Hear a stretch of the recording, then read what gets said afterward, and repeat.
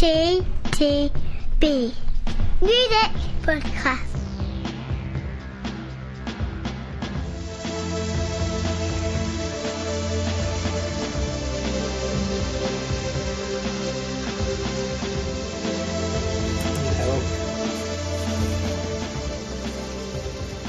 Hey, welcome back. Hey! Welcome back to that bit where we're thinking we'd rather be in a pub. No, of course we wouldn't. Seriously. It is New Year after all. Yeah. Yeah. We are here for our And end of podcast. year. That as well. We're here for our usual review of what's happened during the year. This is the bit where people either download it a lot or get really bored saying, "Please stop talking! Please stop with the lists! It doesn't make for good podcasting." Okay. Yeah, note to self, Yeah, he says, pointing at Scott. I know, but you're thinking, if you think that, stop listening now. Don't say that. Well, no, we've already got the listen. It's in the stats, it's fine. Okay. Should we crack on then? Yeah. Now we've established the ground rules. So anyway, 2015, we have reviewed 60 albums. You're not going to list them all, are you? I'm not going to list them all. Oh my god, no. Joking. Oh my god, no. But we have listened to 60 albums. But we will get on to proper stuff in a moment. But generally speaking, Pete, how have you felt about 2015? I have felt that this year was on a par with 2013, which, as long-time listeners will know, was the golden year of the podcast. It was. In terms of music. We were both very upbeat and chipper about that year, I remember. I've been very upbeat and chipper about it. I mean, this year has been on a roll.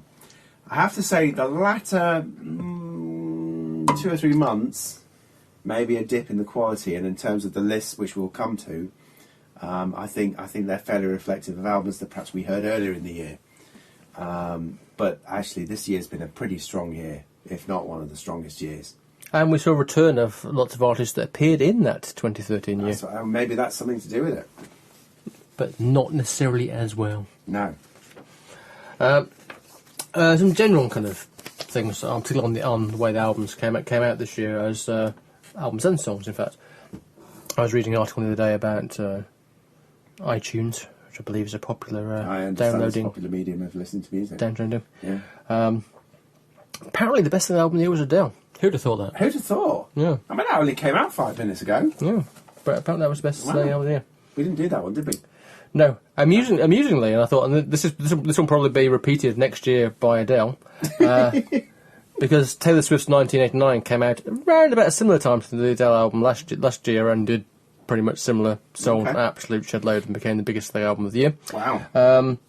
Taylor Swift was the 3rd biggest selling album of the year on iTunes this year, so even a year in, still outselling pretty much all new music. And what contribution did Ryan Adams make to that total? Well, maybe we shouldn't discuss that. Maybe we should. But it has to be said, to prove that the critics aren't always wrong, also in the top 10 was Kendrick Lamar's To Pimp a Butterfly. Wow. Which, by a country mile, it has to be said, was the critics' choice. And when I say critics, I've scoured over 70. He has. Online and print reviews of albums of the year, and the Kendrick Lamar album was number 1 in most of them. And is that our one solo contribution to the top 10 on iTunes? Yes, I believe it is. If you don't count 1989 by Ryan Adams. It is, and Fantastic. I think we shall see if Kendrick repeats that in our list. Good. And also best-selling songs, perhaps less surprising, that Uptown Funk, Mark Ronson and Bruno Mars. Yeah. Right. Shut Up and Dance, Walk the Moon, which has been a recent favourite in my household. Yeah. Adele's Hello, of course, which I do like. I have to confess. And it did remind me, every time I listen to it, I kind of think, Yeah, I definitely preferred her Bond theme. Yeah, in fact, my musical low point of the year probably runs something along those lines. But then we get to things like Fetty Wap Trap Queen, which I'm not aware that I heard. I may have done. I may have just been not aware that that's what it's called, but that was one of the best theme songs of the year. Cool. And Maroon 5 Sugar. Excellent. Yeah. It's good to see they're still going. Anyway, so we should move on to the meat? Yes, we shall move on to the meat. So, as per usual, we have a couple of awards to award, as it were. And we haven't actually prepared this bit particularly, so it's going to be winging it slightly. I like winging it. So, isn't that what we do every week? well, this is true. Yeah. Best Most Surprising Album or Genre Switch Album of the Year award. Scott. Ryan Adams, 1989. Brilliant. Because I was wondering how I was going to answer that one as well. I had 2 or 3 in the back of my mind. Yeah, most surprising album of the year. I have to admit, when you suggested that we review Ryan Adams' cover of Taylor Swift's entire 1989, I know your love of Ryan. An album at the time you weren't familiar with in its original form. No, I wasn't familiar with it at all. I'd somehow managed to bypass that one as well. Apart from Shake It Off at karaoke, obviously. I was sceptical, to say the least. But I think what that album demonstrated was how, actually, fair credit to Taylor Swift, what a brilliant record it is. Yeah. Lyrically speaking and musically speaking. Just what a brilliant record it is. I mean, it deserves to be up there in the top 3 for this year, to be quite honest with you. Yeah, it's a genuinely good pop record. It's a genuinely good pop record, a classic album. The genius of Ryan Adams, and we've touched on this before, and I know you're a long-time fan, you've kind of brought me along in more recent times as well, is that his ability to just take that record and do something completely brilliant with it, and make it a classic Ryan Adams record, and yet not super. Yeah. That's my way of saying I agree. This could be quick, kids. You could. Best shared musical activity Prepared for the other award. outside of the podcast award. That does sound a bit dodgy, actually. Now I've read it again. Now you've read it out loud. Suddenly you're going to get some kind of Barry White going on again. Oh, Don't go change and try to please me. Okay. As the progenitor of this award, in my mind, I was looking for something that we have. I was about to say done together, or the year is ending; it's descending fast. Or it's something that we have done outside of the remits of the podcast. The podcast, as many people will know that listen, is basically 2 middle-aged blokes talking about 6 records that they've reviewed over the last month. I saw this as an opportunity to grant an award to something that we hadn't necessarily done within the confines of the podcast, most likely to be a gig, but could be something else. Maybe it was something that we both saw on the old television, or something that we both listened to on the radio, either together or individually. Who knows? So it was something he did. That he went and he listened to the podcast. And he listened to the podcast. And then he did. Indeed. For me... Sorry. Pete's actually got the joke. Nobody else will. No, nobody else. One of those annoying things when there's an in-joke. Yes, I apologise. Yes, sorry. that was terrible podcasting. But so let's get outside of the podcast and actually look at what this award could be. And for me, and this is my nomination, you may agree or disagree. I have a backup nomination that we can agree on, I think. For me, about a year ago, there was a broadcast on Six Music by an artist that we've really enjoyed over the last couple of years, and that was John Graham. Yes. And he was talking about Iceland, and he was talking about the scene in Iceland, Icelandic music, his influences, his current thoughts, his current musings on the state of the music scene there. And for me, it was just an absolute joy to listen to an artist talking in terms of a fan, in things that he currently likes. And that really resonated with me because I thought, well, that's exactly what we're trying to do. Only we're not doing it as well as this, obviously. Yeah. So my nomination is John Grant on Six Music on Iceland. Is your backup John Grant on Dermot O'Leary talking about the new album? That's one of my backups, yes. I really want to give this award to John Grant, that's basically what I'm saying. Go on. Yeah, no, I agree. Yeah, by only other, well, yeah. Put my teeth back in.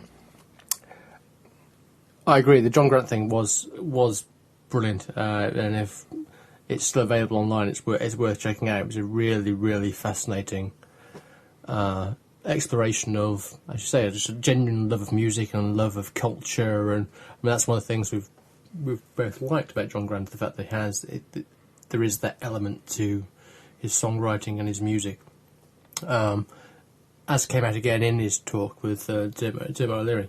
I think which was more recent. Yeah, November, I think. Yeah, pre-podcast, in fact. Indeed. I would say that John Grant definitely deserves to win the award. However, I would like to put a special mention in for actually we went to a few gigs this year, but two particularly. Yeah. The Country to Country gig. Yeah. That was it. Or the non-Country to Country bit of the Country to Country gig, which is basically people playing acoustic guitars, which was very nice. And was a great experience that we shared with our studio audience, who is missing. We have a kind of record of missing studio audiences. Particularly at this time. Yes. There's usually someone that doesn't show up. In fact, unfortunately, for this particular one, there's only one person meant to be showing up, and they haven't shown up. But hey, are they still listening in Australia? By the way, who knows? And also Natalie Prass.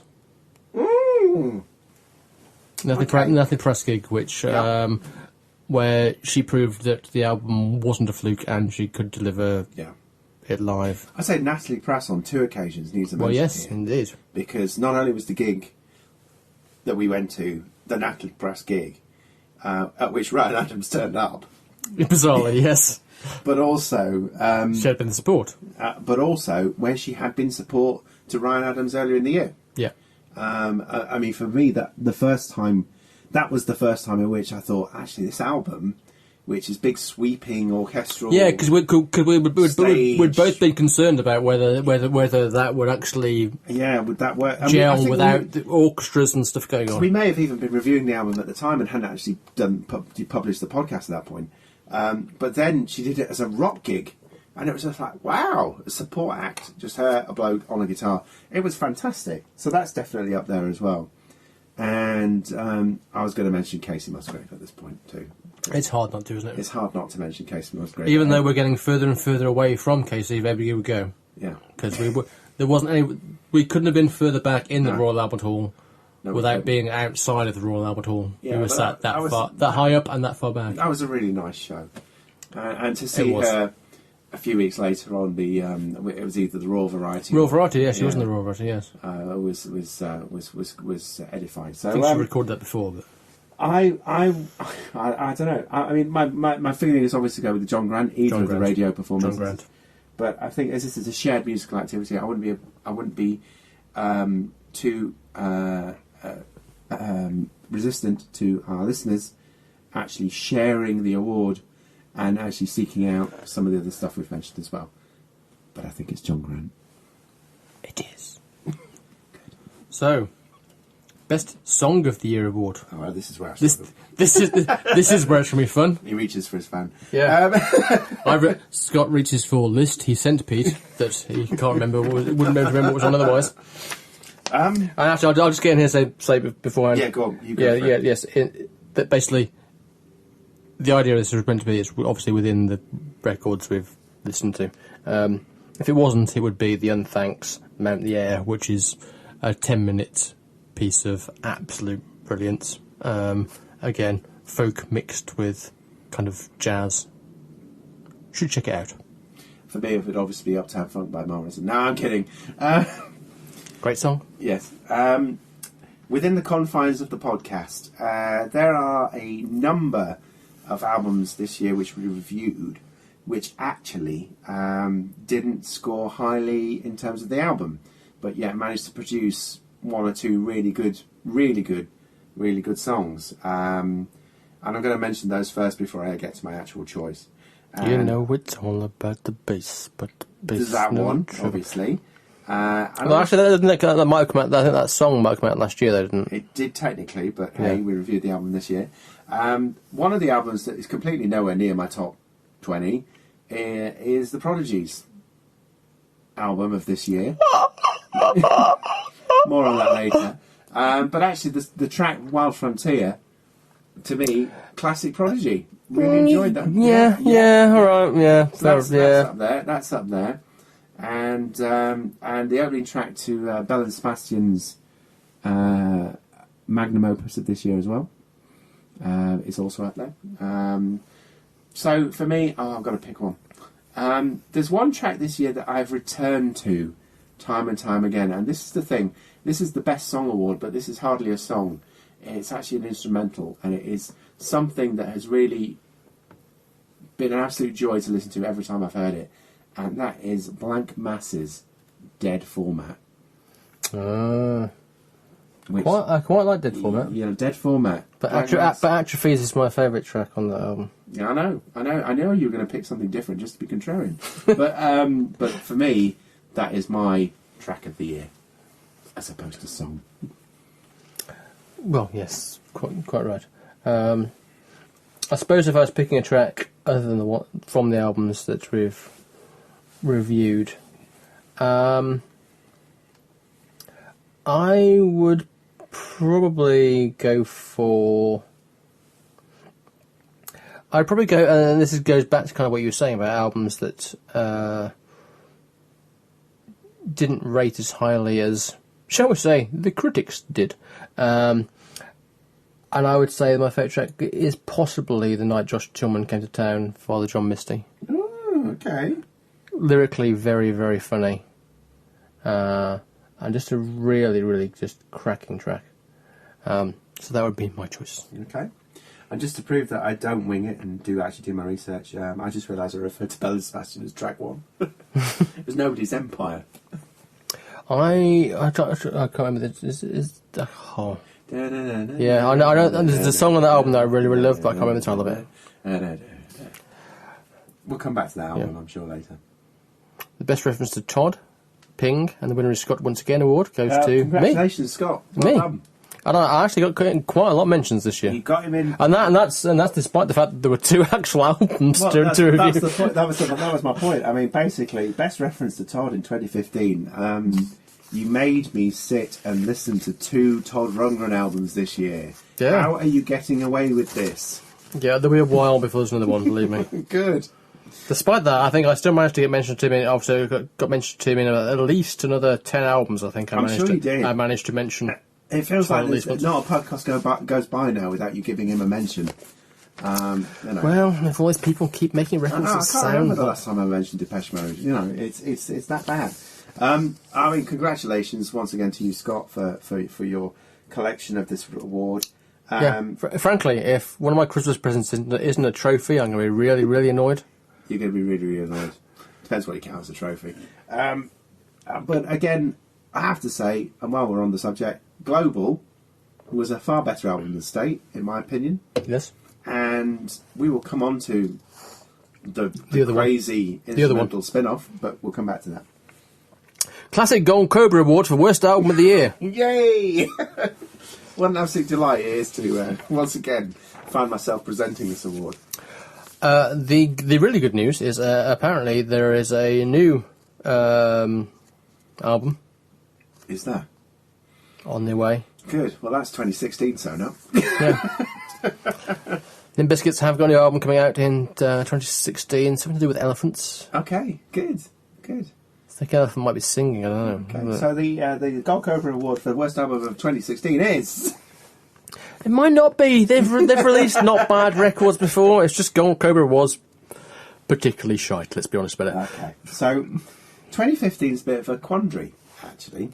Yeah, you say this. I decided earlier on that it wasn't a quandary for me. It's a quandary for me. Having looked back But then It is deja vu. Whilst trying to compile a list of top 20 albums, I actually compiled a list of top 40 albums, which I realised included 2/3 of all the records we listened to this year as actually really good records. Yeah. Which is, you know... Best statement of the year. Yeah. But meant that I couldn't actually give it to one of the 20 that did miss out, because they actually were all right. No, the Jordan Moroder album wasn't all right. Seriously. You see, No, after he had promised so much... it's Moroder. In kind of like, you know, he'd reached out, he'd come back, everyone going, see, it's good when he's making records with the people, it sounds good. Yeah. And then he made this album and he's got Kylie on it, and all those people on it. It was quite shite. Okay. Well, to be honest with you, I haven't nominated an alternative other than Limp Bizkit get the award by default. So I think Moroder gets it. Yeah, other than that, you know, I'd be tempted to just say Frank Turner just to annoy Spence. But Spence, I quite like that album, so there we go. Yeah. Because it was all right. Makes the top 20, Spence. It's Pete's fault. Yay! Right, moving on. What's the next award? I've forgotten what this award It's is. the best album of 2015 award. We're there already. Are there already? My God. Unlike this year, we wrapped through it. Okay, yeah. Well... This is where the list come, kids. But I'll do this really quickly, because otherwise you're going to get really fucking bored. What I'll do is, as I did last year, I'll start off by doing the albums of the year that we reviewed, but based on the critics' list. So what the critics would have listed our albums in order of. It's going to be quick. So, it says... 20 Marine and Diamonds Fruit, 19 Gaz Coombs Matador, 18 Ashley Monroe The Blade, 17 Foals, I can't remember what the title of the album is, which is not the title of the album, Laura Marlin Short Movie at 16, John Grant Great Tickles Black Pressure, and Casey Musgrave's Pageant Material at 14, Font Machine How Big How Blue How Beautiful at 13, Church's Every Eye Open at 12, Wilco, Star Wars, if only there was some tie-in with that going on at the moment, at number 11.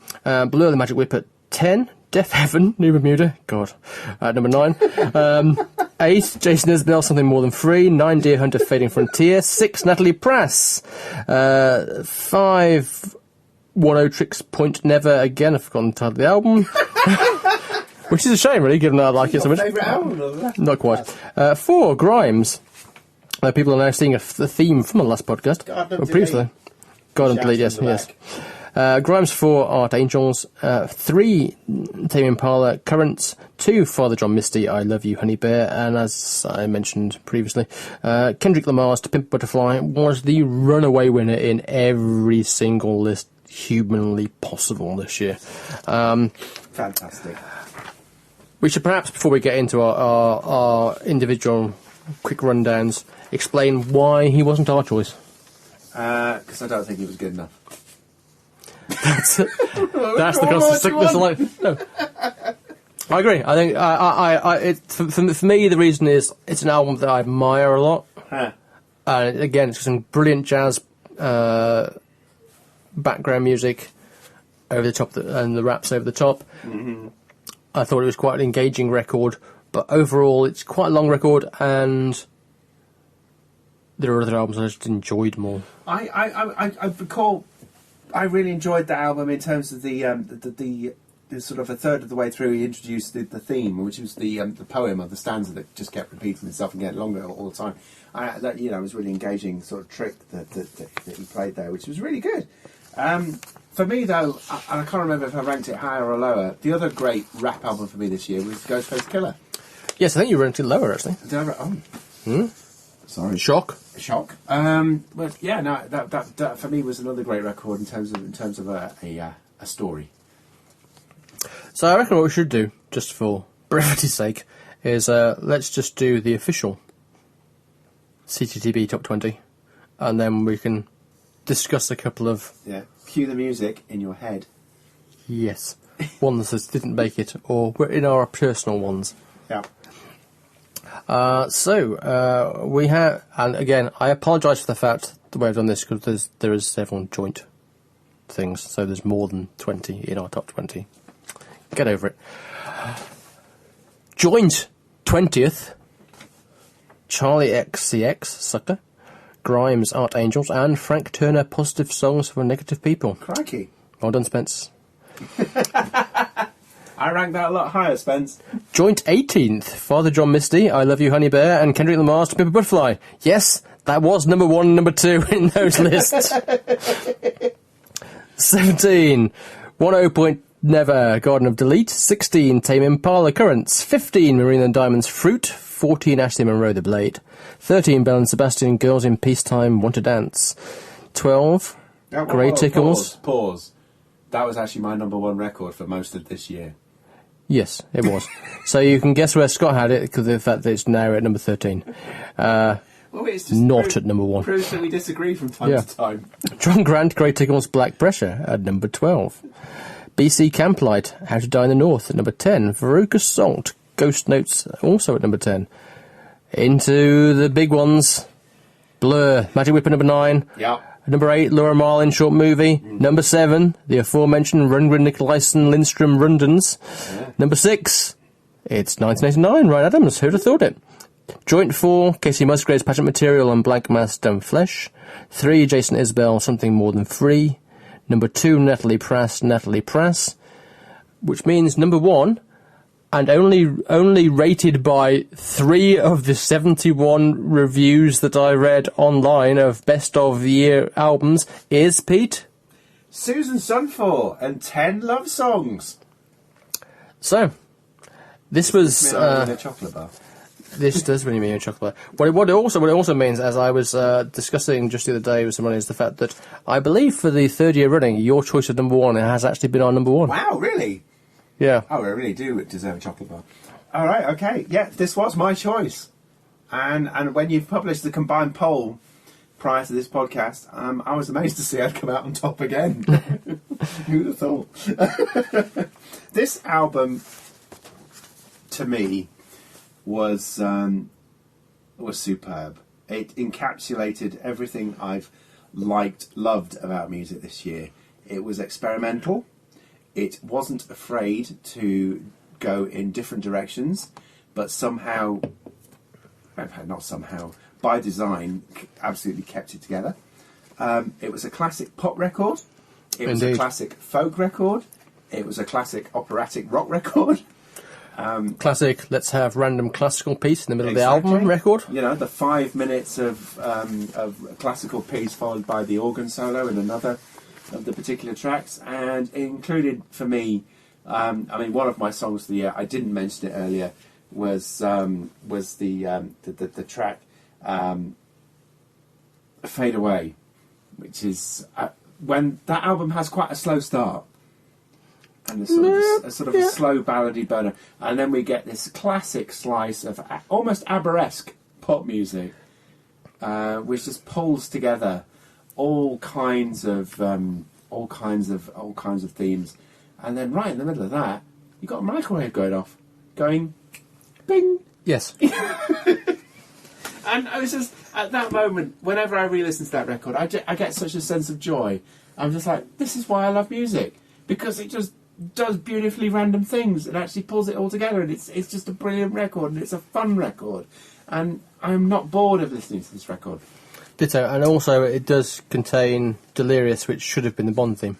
It has a proto-Bond theme in there as well, and it's just awesome. I agree. Apart from the aforementioned Belle and Sebastian, is there anything else from your personal top 30? Yes, we really did top 30s. But that's how good a year it was. That's how good a year it was. Is there anything that anything you missed? anything you want to kind of shout up for that? Well, Belle and Sebastian, we've touched on, and clearly we disagree there. I actually thought that was a really good record. I didn't think it was a bad record. And this goes back to what we were saying earlier on, the fact that it has been such a good year that the reason we ended up with the top 30 each was because we were struggling to get a top 20 each. And we both have said that apart from our top few albums, there wasn't much between the next kind of 20 albums. So position-wise, whilst we did do a kind of position, a proper top 30, some things that we had, for instance, I had the Belle and Sebastian album clearly lower than you did. Yeah. Much lower. Yes, much lower. And I mean, for me, I mentioned it a moment ago. The Adrian Young Presents 12 Reasons to Die was in there, and also New Order, Music Complete. In terms of artists return, we had a few artists returning this year, recapturing the energy of their. And the fact the New Order album might have been up higher if it wasn't the fact that you liked the first half of the album a lot, and I liked the second half of the album really a lot. Yeah, no, and I think that's fair. And also, I mean, Blur, it's obviously in there. You've mentioned it. In terms of a band that came back and did what that cliched return to form. Return to form. A number of bands did this year. You go back and listen to the podcast for 2015. We mentioned this a few times, but actually Blur, I think, nailed it in terms of this is what a band sounds like when it really does return to form. The Chemical Brothers, Born in the Echoes, a similar sort of theme, but I think that was an opinion of me rather than Scott. I really enjoyed that record too. And one other, if I can pull one further out, was the Chelsea Wolf, Abyss, which didn't make the chart. Again, kind of Susan Sunfor light, didn't quite reach the peaks in terms of that classic Icelandic melding with folk, melding with opera, melding with rock that Susan Sunfor does so well. I think it's right. But for me, I suppose I would draw people's attention to the BC Camplight album, which came 10th of them, but How to Die North, which again was back to the early part of the year, and a great album by an American who now lives in Manchester, and just a record that was, again, it kind of went well with the Natalie Press album as well, because the Natalie Press album was reviewed by Michael E. White, and his album that we reviewed a couple of years ago had that same kind of 70s feel to it. So there's elements of Beach Boys, Todd Rundgren, Nielsen kind of stuff going on it. It was just genuinely just fun, beautiful record.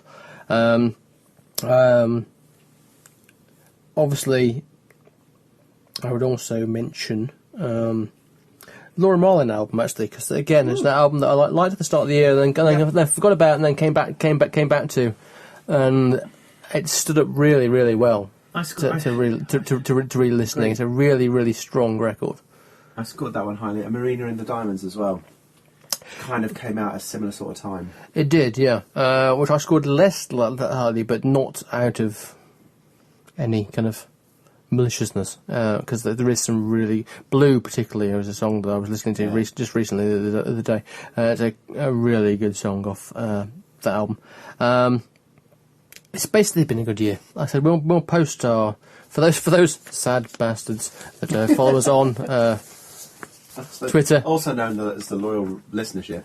And Facebook. We shall post our official top 30 lists on both of those for those people that are very interested. For those others... We can look forward. Next podcast. Actually, probably not next podcast because it won't come out. Next podcast will probably be the usual BBC experiencing. What's it called? BBC. What do they call it now? I don't know. Yeah. I call it Sound of 2016. That's the one. Thank you. And then after that, David Bowie. David Bowie. Who else has got an album out next year? Yeah. That might be the end. Until then. See, just want to listen to a new Pet Shop Boys album. That's what it is, folks. Well, no, suddenly I do. Because I know it's not going to be as bad as release. Oh. Please see last podcast. Glad you explained that one.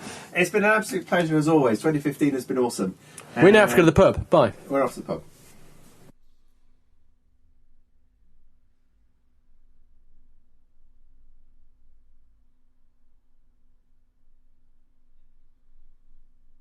You've been listening to the CTTV Music Podcast.